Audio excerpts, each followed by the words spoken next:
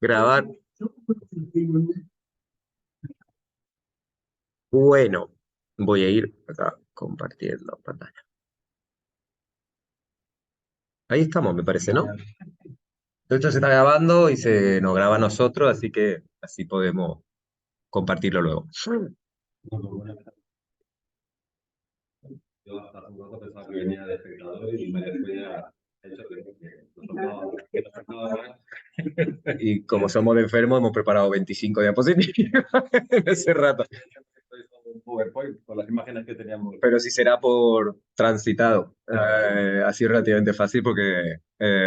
y en cierta medida creo que tiene hasta un punto distinto, un poco más fresco. Vamos a hacerlo con muchas fotos del proceso, que creo que también está bueno para poner en valor todas las partes que participaron y cuál ha sido un poco nuestro rol ahí acompañando esta, esta, esta- este proceso de sitio. Claro, sí, yo soy Carlos Marín, soy licenciado en Historia y doctor en Arqueología por la Universidad Complutense de Madrid, pero trabajo desde hace ya unos cuantos años en la Universidad de la República.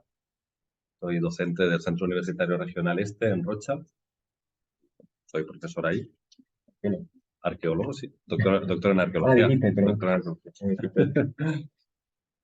Yo soy Alberto de Austria, soy andaluz, residente en Uruguay desde 2015 y estoy dando clases en la Facultad de Arquitectura porque bueno, yo me recibí de arquitecto y tengo una maestría en la Universidad de Sevilla y doy clases en taller de arquitectura y en historia y a través de un proceso de proyecto de extensión con Carlos y con un buen grupo de compañeros empezamos a trabajar en los finales de 2016 y sobre todo en 2017 en un proyecto de memorias barriales que lo que pretendía era un poco estudiar y mapear los procesos represivos hacia las afueras también de los centros clandestinos. Tomamos como dos, tres casos de estudio. Al final, sobre todo, fue el caso de los vagones y de la tablada, con los que, de hecho, dos proyectos con los que seguimos bastante enredados.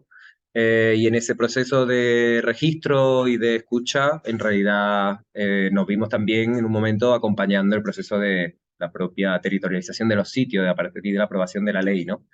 Y hoy, bueno, tenemos como un poco un rol así, de acompañante.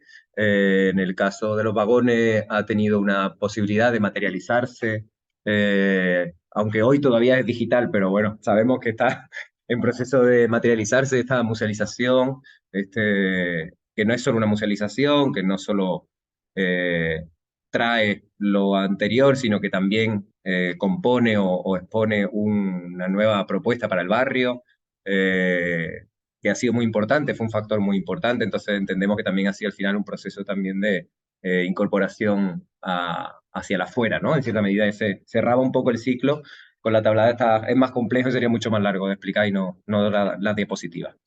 Pero bueno, gracias por... Sí.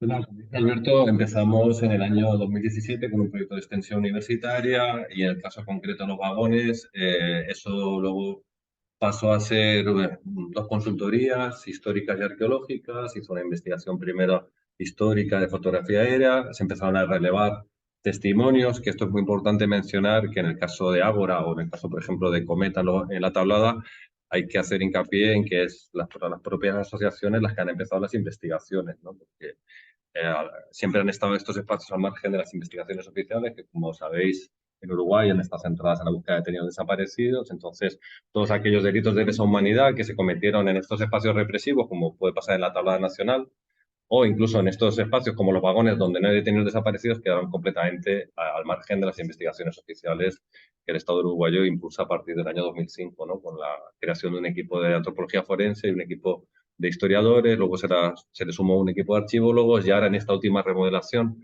la Institución Nacional de Derechos Humanos, varios de esos equipos han caído por el camino y solo ha quedado el equipo de arqueólogos. Es decir, que en lugar de ir mejorando los equipos oficiales de investigación, cada vez estamos en peores condiciones.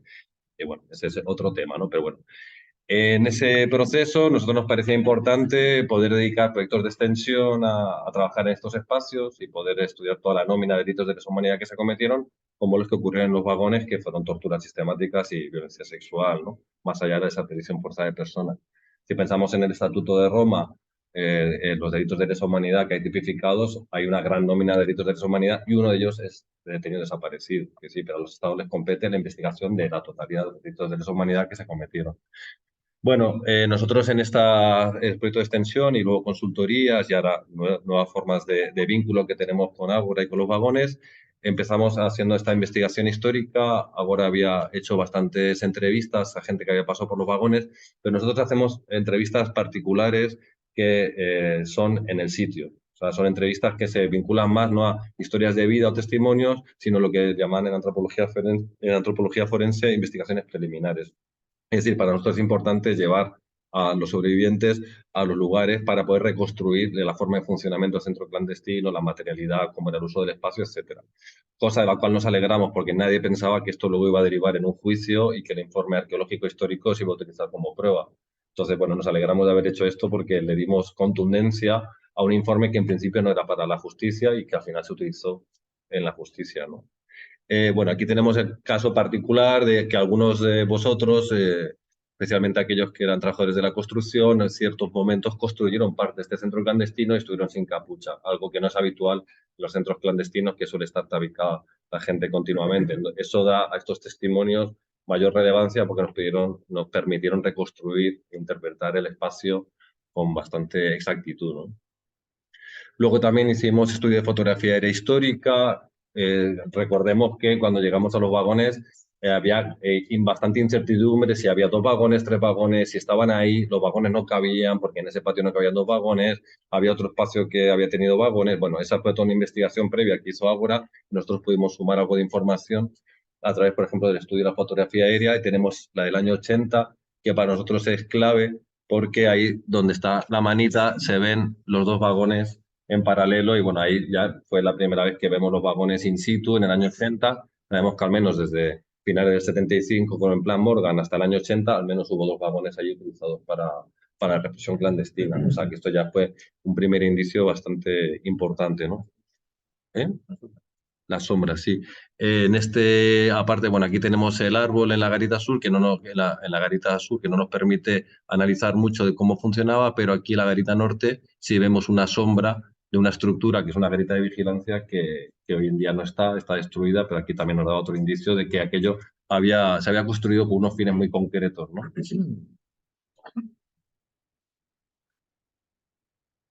Sí. Nada, mencionar que dentro de los debates que tuvimos el equipo arqueológico, ya una vez que pasamos a la excavación arqueológica, bueno, en arqueología no os quiero aburrir con esto, pero hay como varias formas de actuar a nivel del territorio, ¿no? Una forma es mediante sondeos acotados, igual de 1 metro por 2 metros, para pequeñas ventanas al pasado, y otra forma es excavación en área, es decir, excavar la totalidad del espacio que tenemos, ¿no? Por la limitación de tiempos y de medios que teníamos, varios compañeros decían de hacer sondeos pequeñitos.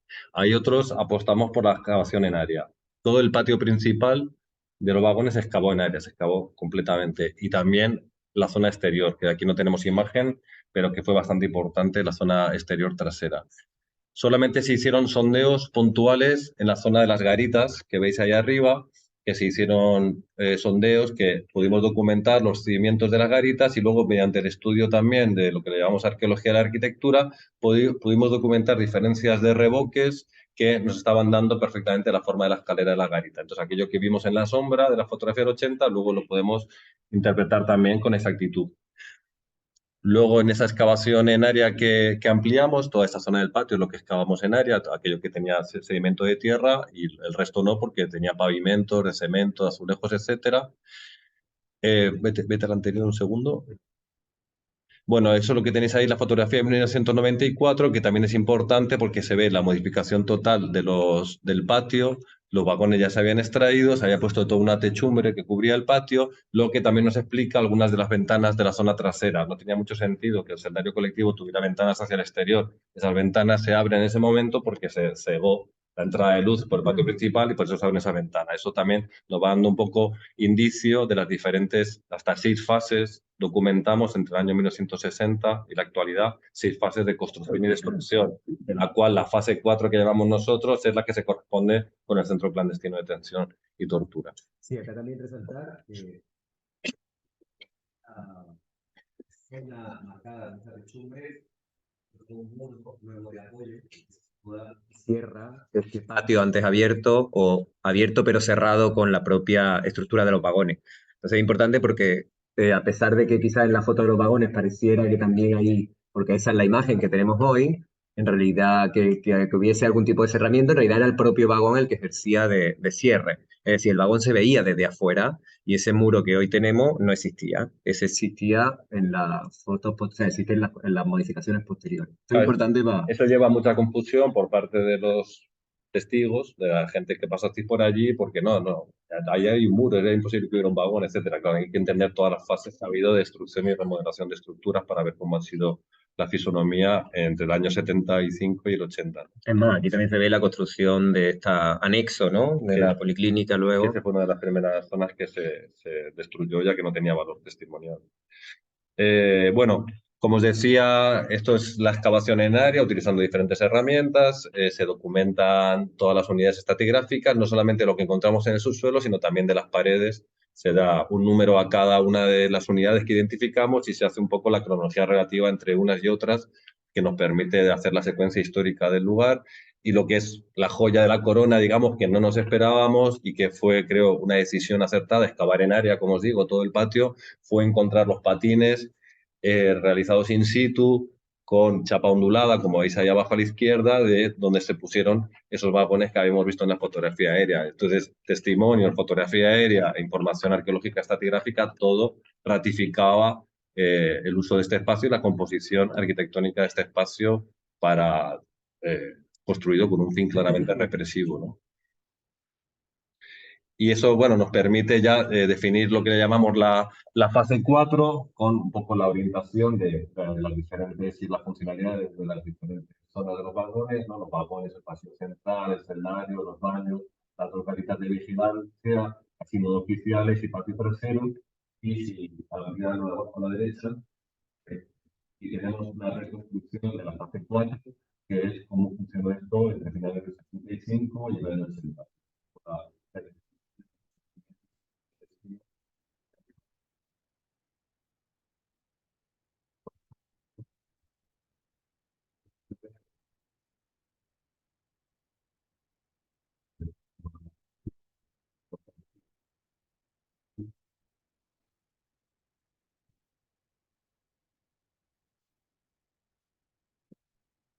Bueno, le di paso a Alberto, se me da un repaso que ya sabía, y bueno, para un poco el repaso de dónde viene luego el proyecto arquitectónico para entenderlo. Sí, lo interesante de este proceso, como desde la disciplina nuestra en la que Natalia y yo estuvimos involucrados a partir de la invitación y de la ya acuerdo que habíamos establecido con la Secretaría, era cómo formar parte de un proceso tan rico, interdisciplinario, que precisamente alimentase el diseño o la posible conversión a un objeto visitable, a un objeto que nos permita transferir una respuesta de la sociedad ante esta situación y esta evidencia, ¿no? Es decir, no solo desde la perspectiva de la reconstrucción, sino también desde una perspectiva de uso a futuro y de apropiación por las nuevas generaciones, ¿no? De repente empezó a construirse una idea que ya no solo intentaba, aquí vemos, de hecho, con Abel, un relevamiento que hicimos también in situ, en este caso ya desde una perspectiva de hacia una musealización, no solo intentar recrear también ciertas estructuras espaciales que hoy se habían eliminado con las transformaciones posteriores, como estábamos explicando, como en este caso que Abel contaba que él cuando entra encapuchado siente que atraviesa un gran pasillo que hoy evidentemente no se podía dibujar de ninguna de las maneras, para llegar a esa celda que él justo en ese momento está señalando, ¿no? Como su último punto, como el fin del camino, ¿no? Entonces un pasillo que claramente estaba recuperando ese pasaje atravesado por vigas, que donde además hay testimonio de que se hacían colgadas de esas vigas mismas, o sea, esa pieza también incluso que interconectaba los vagones, de repente también empezó a adquirir un protagonismo, ¿no? Entonces, por un lado estaba esa cuestión de intentar, de alguna manera, recuperar una espacialidad o recuperar un mensaje de cómo era el lugar para poder contarlo mejor, para poder apoyarse en esa materialidad reconstruida de alguna manera, pero que eso no significase un fetiche, ni significase crear un objeto muerto con el que no interactuar, ¿no? Entonces, ese museo de repente a cielo abierto también, y está aquí tenemos como más reuniones con las que pusimos estos dibujitos, aunque tenemos las fotos, pero porque nos pareció un poco más lindo como más dinámico, ¿no? En estos procesos, estas fotos, que algunas de las compañeras están acá presentes también, eh, lo que estábamos pretendiendo a partir de lo que ya las compañeras conocían sobre los relatos y testimonios del lugar y las pretensiones de musealización y apertura al barrio, intentar construir entre todas algunas decisiones de diseño esenciales que queríamos que se transfirieran al sitio, ¿no? En este caso ya como sitio y no tanto como un objeto arqueológico que también. Entonces era en ese diálogo es donde se estuvo trabajando mucho tiempo y es curioso que además estas instancias coincidieron en paralelo con las excavaciones arqueológicas. De hecho, si no recuerdo mal, esta jornada era en la Semana de Turismo de 2017, sería, no, 2019, perdón. 2019, sí, sí, seguro 2019.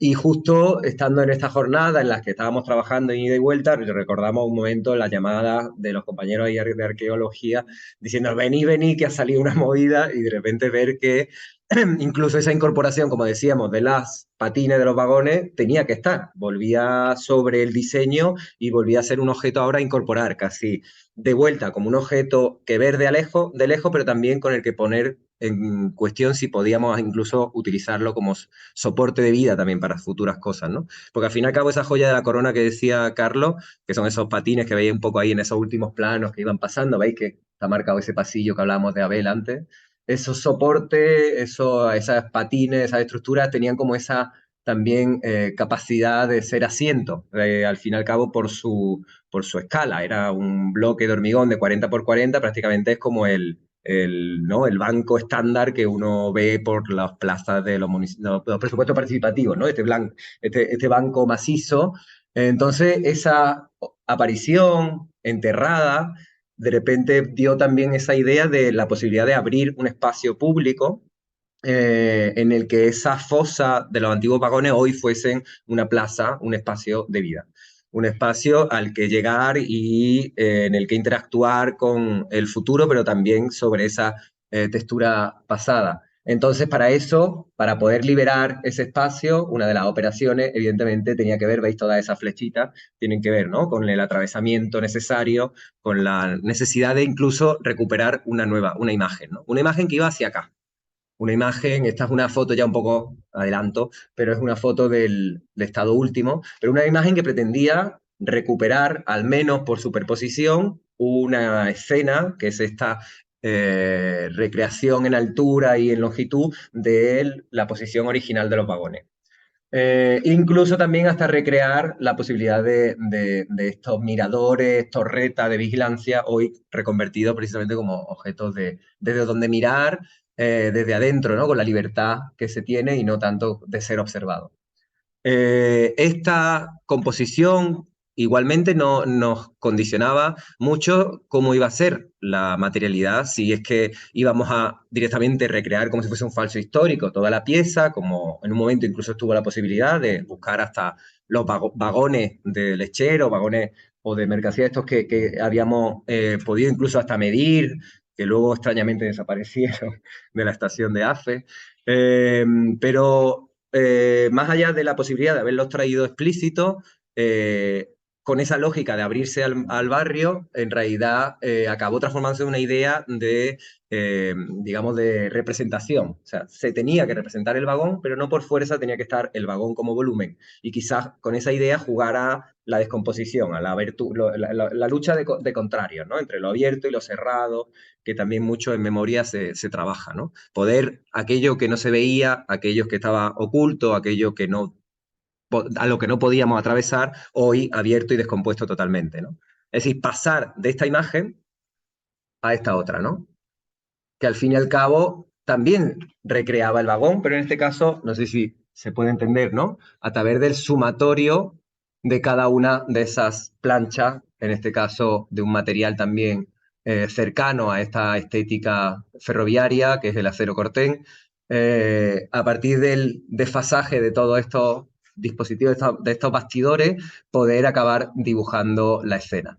Igualmente, dándole una dinámica, es decir, dándole capacidades a la población de que lo pudiesen hacer. ¿Cómo se hacía esto? Con un juego también escenográfico que tenía que ver con las dos puertas centrales, que en este caso iban a ser corredizas, esos dos bastidores. Creo que tenemos una imagen incluso por acá. Es que se ve muy poco porque está la luz encendida, pero ese bastidor, veis acá, que da acceso a las plataformas laterales. Ahora volveremos sobre el diseño general. Permiso.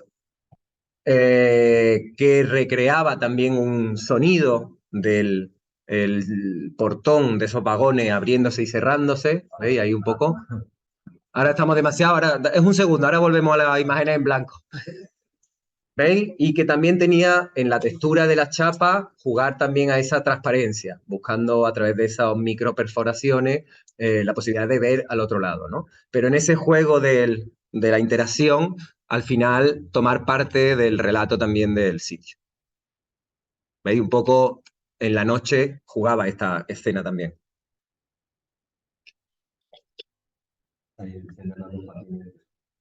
Sí, ahí veis un poco las plazas. Ahora, si queréis, explicamos un poquito más en detalle la interna. Pero esto es un poco para que veáis la escena. Porque de este proceso, en realidad, se llegó a un anteproyecto.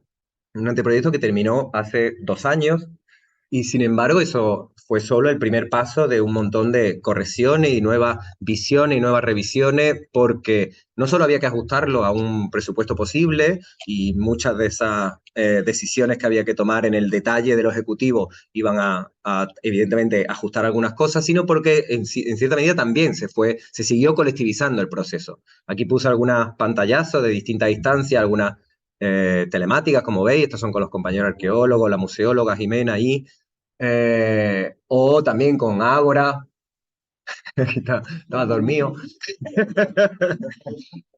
Mm, te vendí, te vendí.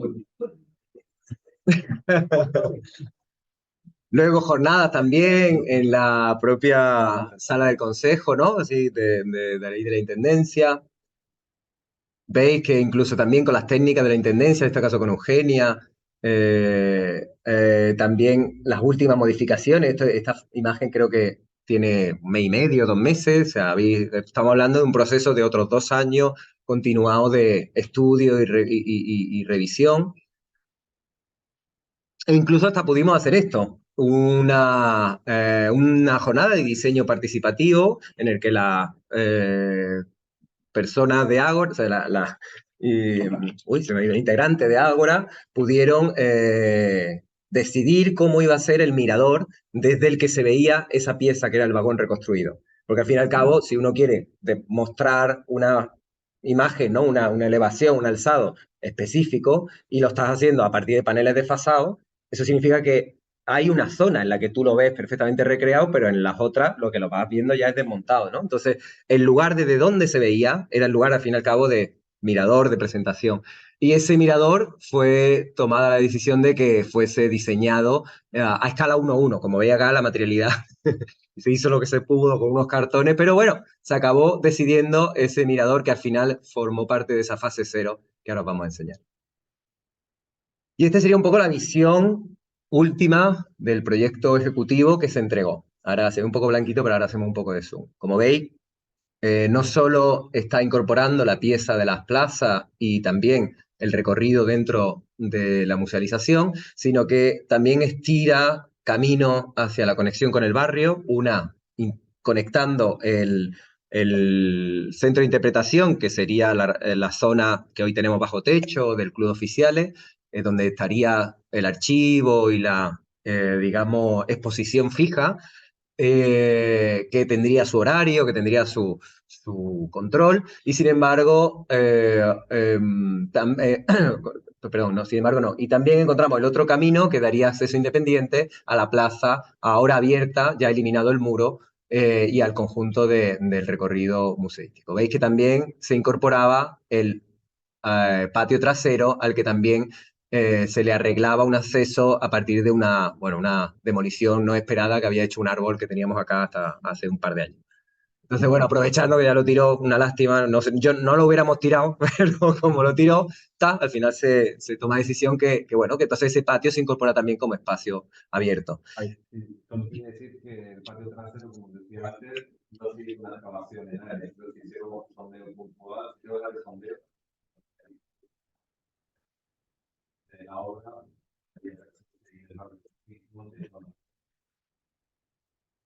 Quiero hacer mención de la sombra, lo mismo que veíamos, la sombra del 80, hoy cuál es la sombra, ¿no? La sombra es una garita que se dibuja por su esquina, pero que está total. Adiós. Capaz que funciona mejor, en verdad. Es verdad, totalmente.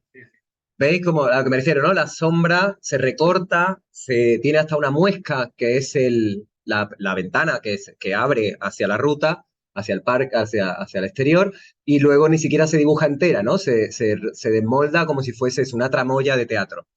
Luego tenemos sí lo macizo de este muro que evidentemente permanece y que mantiene la altura original, pero luego, veis, tenemos el crecido, capaz que le falta un poquito porque claro, la chapa le hacía un poquito más, ¿no? Pero lo que sí tenemos es el crecido original, pero ¿de qué? De un vagón que se define por sus bordes, sin embargo libera toda la zona interior, ¿no?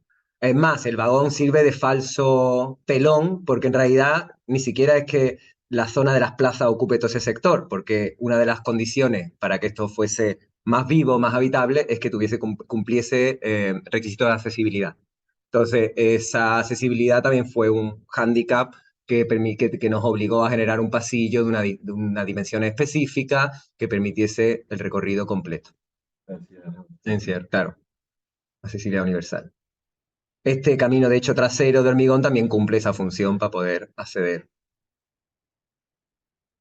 Bueno, entonces, lo que al fin y al cabo, no sé si, capaz que no lo mostré acá, pero no sé si os fijáis, hay unas líneas punteadas, ahora lo explico un poco mejor, ¿veis? Son las etapas de el propio sitio, la propia construcción del sitio de memoria.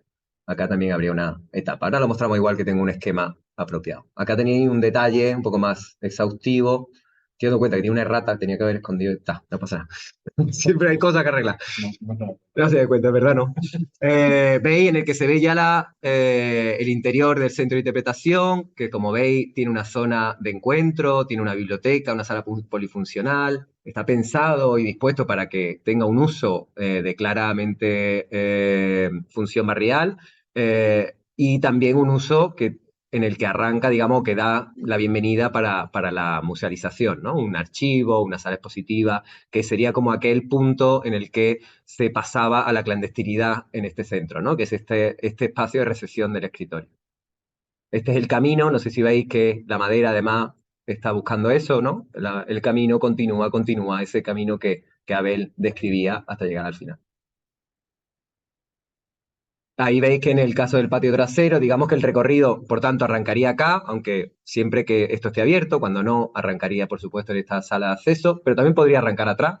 Pero digamos que el recorrido natural sería entrar por acá, tener la información de esta parte, acceder al patio de acceso, luego recorrer las pérgolas, poder acceder, si se quiere, a las plazas a través de estas plataformas, o seguir hacia estas pasarelas, hacia esto que se vino a llamar creo que las huellas de la memoria. Toda esta pieza que quedaría como exenta, ¿no? Que quedaría como un fondo, pues estas pasarelas estarían en voladizo, o sea, colgarían sobre toda esta pieza para no intervenirla, para no caerle con fundaciones.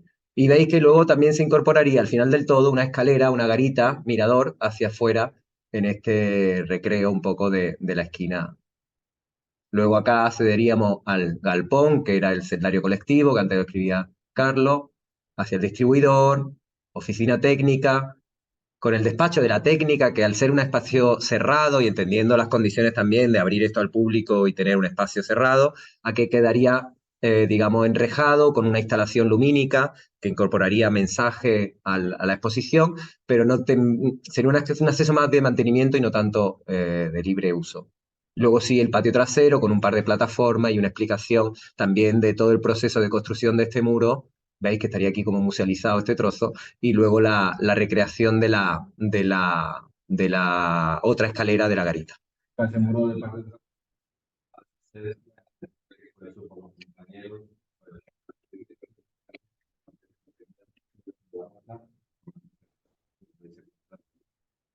muro trasero como símbolo, como final de la visita, como ese símbolo de resistencia. Este sería un poco el estado de la cosa hoy a niveles, casi yo diría, medio administrativo, medio de organización. Ya estamos terminando, ¿eh? Son las 4 etapas, pero teniendo en cuenta la etapa cero, en las que se ha subdividido el sitio de memoria para poder llegar a buen puerto. La etapa cero es aquella que representa a las primeras urgencias también, las que fueron tomadas en este tiempo, y seguramente hubiera sido interesante que hubiéramos tenido capacidad de haber también tomado alguna, digo, la primera etapa para mí incluye, por ejemplo, la apertura de ese muro trasero con lo de la cuestión del árbol, ¿no? Eso al fin y al cabo son cuestiones de transformación que ya han ocurrido, incluso hasta podríamos hablar de la demolición de la clínica. Pero sin duda una de las cuestiones que más pesan sobre el estado actual de la cosa es eso de la contención de los muros exteriores, teniendo en cuenta que hay algunos movimientos que han hecho que pendan de un hilo, ¿no? Que tengan como riesgo estructural. Pero bueno, hoy lo que tenemos en la etapa cero, presupuestado, digamos, y además financiado, creo que no, tenemos una platita para eso que no es menor, y lo vamos a construir nosotras, es este mirador, es decir, este objeto desde el que se ve la recreación del vagón. Luego tendríamos la etapa uno que comprende gran parte, sobre todo la parte más, digamos, dificultosa y riesgosa a niveles técnicos, que son precisamente la ejecución de los vagones y esos voladizos, que esto se está hoy sacando a licitación para llevarlo a cabo con una constructora, con un cierto acompañamiento por parte tanto de las técnicas de la Intendencia como por nosotros. De eso también tenemos la platita. Luego tenemos la etapa 2, que sería el patio trasero, que en este caso ha sido eso, delimitado por los bordes, por el muro de borde de este espacio, e incluye también, como decía Marín, la excavación de esta pieza en la que los compañeros estarían honorariamente también trabajando por el acompañamiento.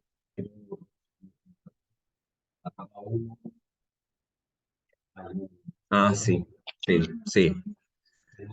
No sé si tenemos la imagen, ¿la teníamos antes?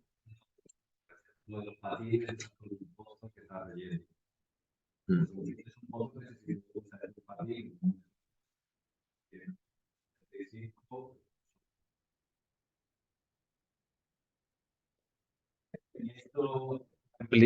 Eso habría que excavarlo, sí o sí, para, porque un pozo que puede tener basura de esa época, pues que puede dar información, y sobre todo si se va a construir, se va a utilizar después, va a quedar condenada, etcétera, lo que sería poder excavarlo antes de la obra, ¿no? O sea, eso va a suponer una cuestión técnica que para excavar ese pozo vamos a tener que mover el patín puntualmente, porque si no, se lo puede caer encima, y no, es simplemente que es un requisito que vamos a tener que excavar ese pozo, luego se rellenará y se volverá a colocar el patín, pero es una complicación añadida para... Ahí estaba, sí, todavía. Y bueno, la fase 3 que sería todo el espacio cerrado, el centro de interpretación. Por recargar también, Mónica, la fase 2 también hay pretensión de que haya la platita, porque estuvimos partiéndonos el lomo para presentarlo a los fondos concursables en tiempo y forma de la institución de derechos humanos.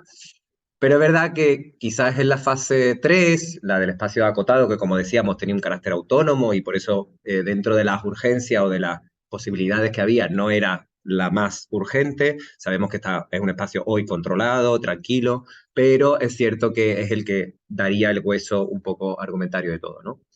Nada, aquí os mostré un poco, quiero mostrar así como muy rápido, ¿veis? Este es el diseño ¿veis? ¿Os acordabais el diseño aquel que se hizo en la sala de consejo? Bueno, ahí quedó. O sea, del banco mirador, de la fase cero. Sí, tengo 4 diapositivas que son las fases. Fase cero, fase uno, que ya lo hemos visto un poco en detalle antes, de los vagones sobre todo. Fase 2, que es este plano muy reciente, de vuelta tendrá un mes o así, en el que ya veis que tuvimos los cálculos de metraje para poder presupuestar para la institución. Y veis acá se ve en transparencia cómo incluso hay una instalación también para recrear la escalera ¿no? Y estos bancos que claramente están replicando el de los patines, ¿no? Veis acá también la musealización o puesta ahí en exposición del muro. Y la cartelería. Y fase 3 que sería un poco lo que también os explicamos antes.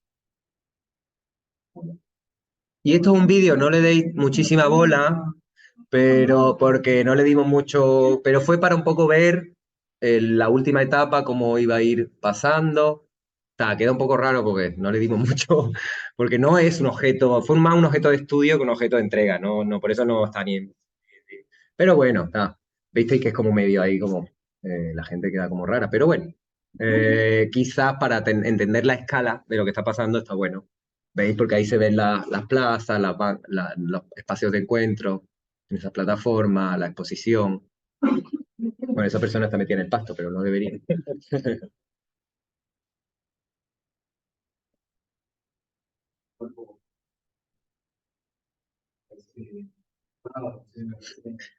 Lo que pasa es que los celdarios, que son uno los individuales y el colectivo, o el celdario de mujeres también, que era parte de una de las partes de una de de las zonas de los vagones, en principio están pretendidos descompuestos. O sea, no se busca recrear la posición, sino más bien a través de la placa explicativa, de los paneles, explicar qué está ocurriendo ahí. En un momento estuvo presente, ¿eh? No creas, poner siluetas, tuvieron muchas cosas presentes porque aquí hemos aprendido todas a entender cómo funciona esto.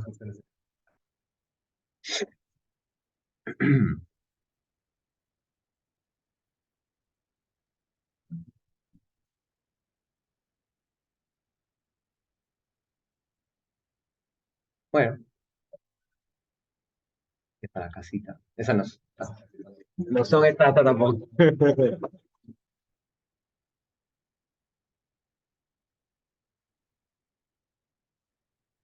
A ustedes. Maravilla.